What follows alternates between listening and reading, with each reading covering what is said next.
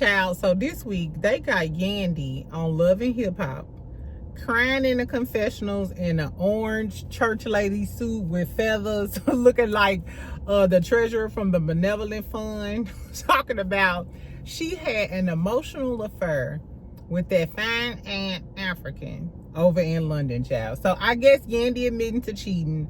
In other Atlanta bald head hoe news, Simon then got a lien placed on Porsha's home for his attorney fees, which how the hell is you gonna keep appealing the case if you ain't paid him his $200,000? We're gonna talk about it, friend. We also gonna talk about the Kirk and Rashida situation with their kids. We have an update. I'm not sure if y'all listen to the audio, but I'm gonna tell y'all what I think.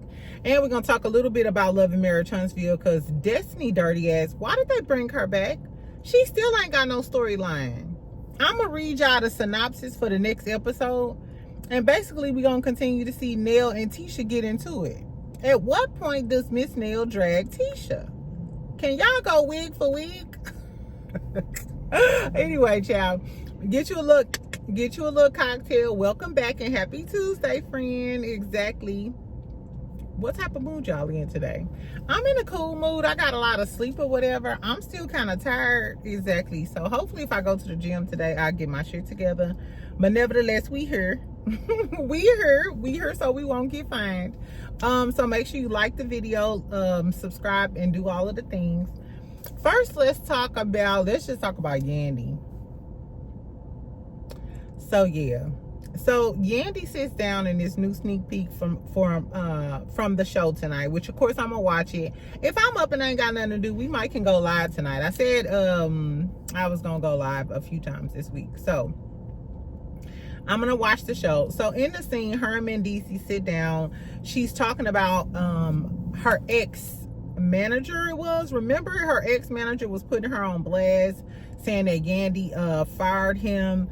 He didn't get paid, and then started talking about how Yandy was having sex in the other room in London, and he almost got into it with his boyfriend because he couldn't answer the phone because Yandy was cheating. And he said that they had adjoining rooms, and the knock was so loud from Yandy allegedly getting her back blown out. They said it was like, I said, oh. Hold on. Look, but if you've been my friend for a long time, do y'all remember the live? I was at home. I remember I was on the couch. Remember that night I went live and we looked at the guy who Yandy was allegedly cheating with? He tall. He works out. I think he a personal trainer or something. And he was doing them push-ups. He was doing like these push-ups.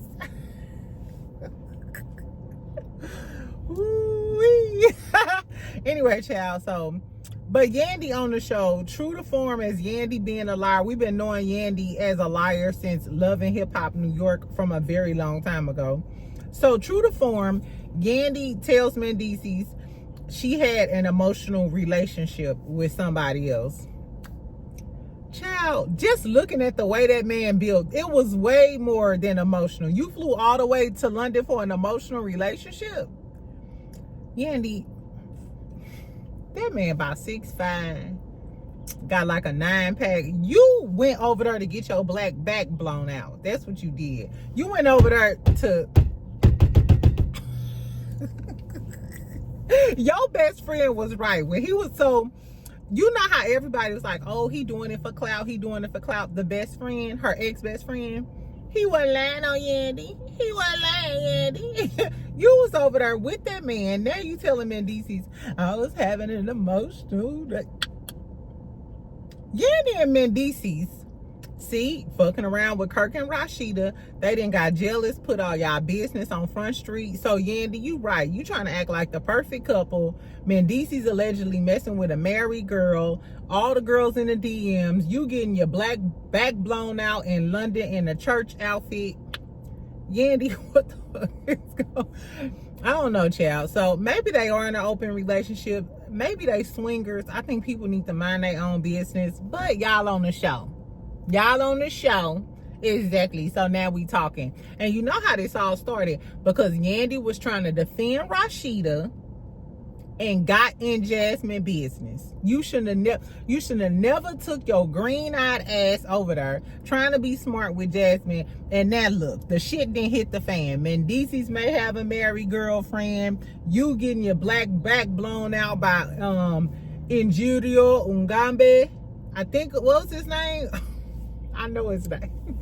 That's crazy because I'm friends with him on Instagram. But that's the moral of the story.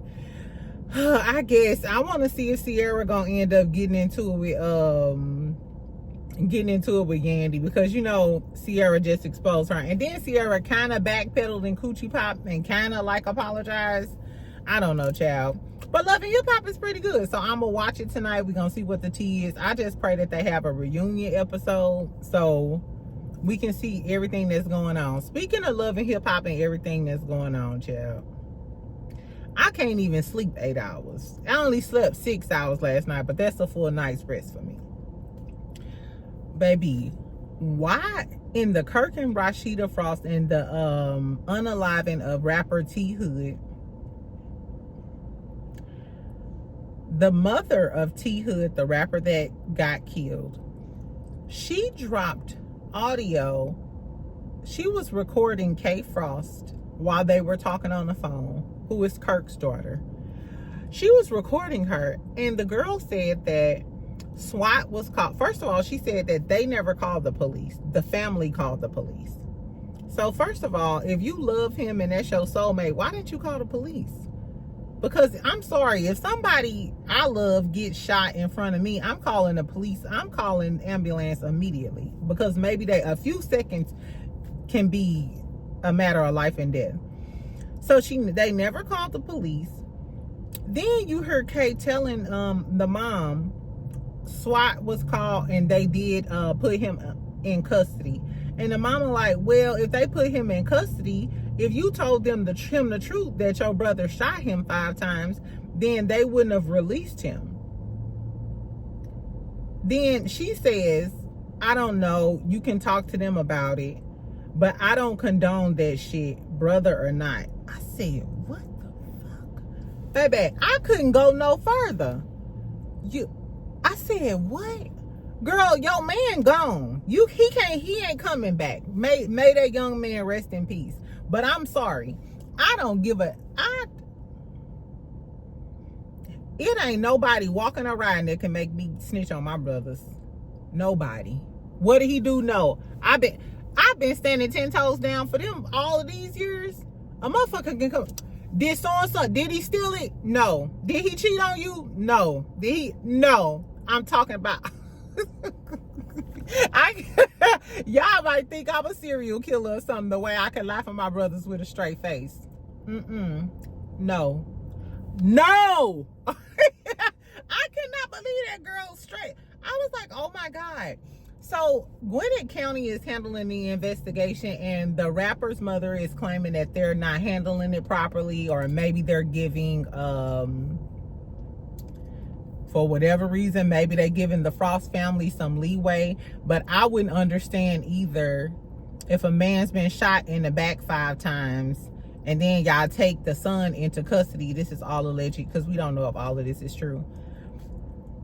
Then y'all would just let him walk free, and now he gone. Alleged. The mom thinks that Kirk and Rashida have them in hiding along with the weapon. When the police gather all of this evidence, especially with the daughter Kay on that damn audio, like audio recording of you saying this, I said, oh my God. Somebody said Kirk and Rashida kids going to jail. Now mind y'all know I'm not a proponent of people going to jail.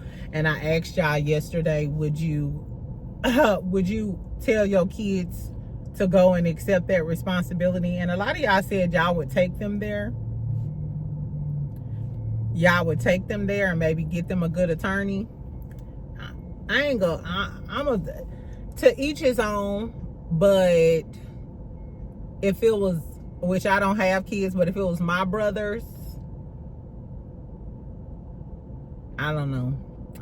Even if you innocent these days, what if they throw the book at you? All because I told you to go turn yourself in and now you're doing 20 years. I don't know. The way the system is set up, and it's not set up to protect. I don't know. Anyway, so tell me what y'all think. Of course, Kirk and Rashida and them haven't said a word. Mom's the word. I know that Scrappy haven't said anything. I don't know. It's a real messed up situation though, because I feel like she just kind of low key contributed to like ruining the family, because the brothers were getting into it with the guy because of you. And then on the flip side, whatever transpired, now they got you on audio implicating your brothers. Oh, not the implications. Shout out to Power. I miss Power. Exactly. I heard Power, the origin story, coming back, and Ghost gonna be in it. Shout out to James St. Patrick. Okay. Anyway, on to the next story. So tell me what y'all think about the Kirk and Rashida stuff. Do y'all think Kirk and Rashida gonna come out and say something? Would you snitch on your brother for your man? I guess. Let's talk about Porsha real quick. So yeah, not yesterday. Yesterday it hit the blogs that Simon was hit with a $200,000 lien that's placed on his property, which is Porsha's home, their $7 million mansion that they were beefing over. Now, not allegedly, Simon filed, was it Simon? So would it have been Simon or the attorney? I don't know. It was filed the day before the divorce was done. And it's a $200,000 lien for unpaid legal fees with his attorney. First of all, Simon told us in the LHHATL, this what kind of made me like, what is going on here? In the interview that Simon did with LHHATL, he said that he was going to continue fighting Porsha with all of the resources and the means that he has available. How you gonna keep on fighting and you ain't paid them legal fees? They not gonna file an appeal for you, or they not gonna do none of that shit, because bitch, you owe me $200,000, unless you employ a different attorney, of course. So I feel like the attorney is in cahoots with Simon. Like, hey, which you never know. The attorney, Simon might have paid the attorney on the back end, and then he filed the lien so that when Porsha goes to sell that home, or if she decides to refinance it or whatever, with the lien placed against it, that'll be taken out of the equity from the sale of the home, or she gonna have to pay that $200,000 lien before she could sell the home. Whatever it takes to throw more problems onto Porsha. I'm assuming because that happened a month or two ago and we just finding out, that's probably why Porsha's selling her other home that her mama was living in, to try to satisfy that $200,000 tax debt, which is crazy because he's supposed to pay Porsha legal fees too. So Simon may be trying to demonstrate, because he was trying to argue with the judge that once he got detained by ICE, he no longer had any money. His company, Siemens Oil, what is it? His company basically went from $200 million to $0 when he got locked up. But the judge didn't believe what he was saying. So I'm wondering, by him being in default with his attorney fees, when he does appeal the case, is he trying to argue that, Your Honor, I'm telling the truth. I'm broke. After I was detained by ICE, I can't even pay my own legal fees, let alone her legal fees. Please help me. All they have to do, and Porsha attorneys, email me if you need help, friend. All they need to do is take a video account of all of Simon's stories and stuff. Him over there in Dubai, living a lavish life, all of that. If you broke, then why are you over here eating at luxury hotels, on yachts, and doing all of this shit in Dubai every day? And you can't pay your attorney fees? I don't know. This is giving, it's crazy because everybody was like, Porsha, and she did it going in on Porsha. And I'm like, if this was anybody else, y'all would call them bitter. This is Simon being bitter because he lost. He's still mad, and he gonna continue to do everything in his power to up one on Porsha because he mad he lost. It probably ain't even about the $200,000. It's about her winning and him wanting to win. I said, a motherfucker, may a narcissist like this never cross my path. Exactly. And I got my narcissist antennas. They pretty sharp because I'm about to dump my man today. Anyway, in other news, I also wanted, before we talk about love and marriage, Huntsville, I wanted to talk about this real quick. Kelly Price went on live the other day. We ain't heard from Kelly Price in a long time, have we? He was a friend of mine. Okay. She titled the live Kodak. And I was thinking, why would she title the live for like Kodak exactly? But she said that she saw a video the other day of Kodak in the drive-thru, and she was like, somebody was filming him. He was trying to order breakfast, but he was obviously intoxicated, under the influence of something. And she just basically was saying it was really sad, and her voice started cracking. She almost like started crying on the live about how we were just like sitting here watching him die or kill himself due to like all of the drugs and stuff. And she was like, it was crazy because his friends were filming him, and somebody always around filming Kodak. And we say that all the time, like when we see him on the blogs, like, why would they show this? Why would they show this? And she was like, they're basically living off of him and using him, and nobody is intervening to help him. And she started talking about how a lot of celebrities are the same, like Justin Bieber, da-da-da-da. And y'all ain't gonna like it, but I thought Chris Brown was like that for a while.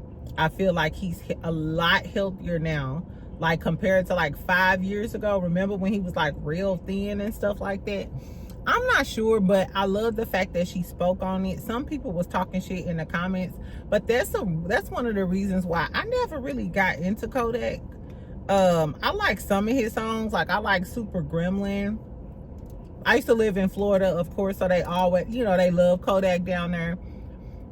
But one of the reasons I could never get into Kodak like that is because of how he is outside of the cameras. You know what I'm saying? And I think that everybody supporting him is just gonna make the habit worse, because I feel like a lot of artists who work with him and stuff, outside of J. Cole, they just use him because they know he gonna make a hit. Nobody really cares. Nobody is like taking it. Like, I wonder, is anybody really trying to help him? I don't know. I've seen plenty of people battle with drug addiction. I told y'all before, I had my own battles or whatever. So it's really kind of sad. I'm glad Kelly Price said something. I hope the post make it to the shade room or whatever, just so, I mean, I don't know, maybe his close family, somebody can put him in an inpatient treatment. Like a year ago, I'm not sure if y'all remember, but he looked a lot better. He looked healthier. He got his hair cut. So maybe he fell off the wagon, which if y'all ever had an addiction issue, you know, it's like back and forth or whatever. Anyway, so shout out to Kelly Price for saying something. I hope that somebody intervenes. Now, I ain't for no guardianship, but I wouldn't be mad at one of his aunties or his cousin or his sister gaining guardianship over him and making him get clean. You know what I'm saying? Like that would be actually a blessing. I would love to see Kodak clean and doing his best thing, because I hate to see him chewing on stuff. I just don't like to see degenerate shit. You know what I'm saying? It's just not cute. Anyway, so on to Love and Marriage Huntsville, child. So there was a synopsis for the new episode today. And the synopsis says that Destiny refuses to get caught in between the Scotts and Martell drama. Wasn't her storyline last year? Wasn't she doing that at that picnic when Martell was saying that Tisha was getting ran in a Buick? Wasn't that her storyline last year? When she had Martell sitting down for lunch, and then, no, she was at lunch with Tisha and then Martell came in. So that's the synopsis on the episode. Nell is gonna help Lance with the baby, even if Chris don't like it. So I guess we're gonna get introduced more to Lance and his new baby. And then Destiny not gonna be in between the Scotts. Why was Destiny brought back? Outside of Melody, you don't have no storyline. Even with Melody, we still don't know shit about the divorce. We don't see you with your son. We don't see you being a mother. We ain't even seen your house. You keep having events for Madani, but we never see the day-to-day operations with customers, talking to clients. Where do you work at? Where do you wrap the items at? I guess the next thing we gonna see is you going on a date with Will, because if y'all listen to my interview, Will tell us that he went out on a date with Destiny, fucking with the step cousin. Why is she here? No, literally, why is she here? You not even antagonizing Mel no more. You have nobody, because you scared to antagonize the Scotts like you tried to do Melody. You not really gonna go head to head with Miss Nell, because you know Miss Nell will get you together. Why is Destiny here? I don't know. Anyway, so later on in the synopsis, it says that Trish convinces an irate Nell to talk it out with Tisha, but the meeting goes left quickly. So I guess we're going to get more of Tisha and Miss Nell. But at this point, we already talked about the NDAs. Chris denied it. We already talked about them in the interview. Tisha ain't going to never talk about the interview. So what else is we going to talk about and get into it? For the rest of the season, are we going to talk about the NDA and the interview? Because Tisha ain't going to talk about it. My marriage, she trying to run out. Fuck your marriage. Exactly. Tisha only entertaining if she drunk. I don't know, y'all. Maurice was on Reality with the King last night with Dustin, Claudia, and Carlos. It was so cringy. Maurice be trying to be so professional. It just comes off so cringy and inauthentic. That's why I don't like him. He nothing's real, nothing is authentic about him. This, I don't know, y'all. I'm not gonna say the show is trash even if it exhibits trash like storylines, because they not really gonna talk about nothing. What's the point in Nell and Tisha keep getting into it? Tisha ain't gonna never talk about the interview. She gonna keep saying that Miss Nell needs to be transparent, all while not being transparent by being opaque. Shout out to y'all for teaching me that opaque is the opposite of transparent. Exactly. Tisha gonna get on my nerves. And Destiny ain't got no storyline. And Martell ain't got no storyline either. You ain't even in those scenes. Unless Ariana gonna be on here, you ain't gonna film with the Scotts. Ugh, I don't know, y'all. Fuck Love and Marriage Huntsville. Anyway, though, I love y'all. Tell me what y'all thought about all of the Atlanta drama. Yandy admitting she was cheating, but she still lied while admitting. I never liked Yandy. How you gonna act like you telling the truth, but you still got a lie mixed in with the truth? I hate that shit. That's just like a nigga talking about something. I only had sex with her one time. Meanwhile, the kids call you daddy. Fuck you, boy. Anyway, y'all, and tell me what you think about the Kirk and Rashida drama. Porsha, Kodak, and Kelly Price speaking on that. May that young man get better, and all of the things. Make sure you comment, make sure you like the video. Go check out my interviews I did this weekend with Will and Ken from Love and Marriage Huntsville. I dropped the Kiara interview yesterday. It was so good. In case y'all didn't see it, Kiara is so pretty, funny, bubbly. I love talking to her and all of the things. Anyway, I love y'all. I'll talk to y'all later. Have a good day. Bye.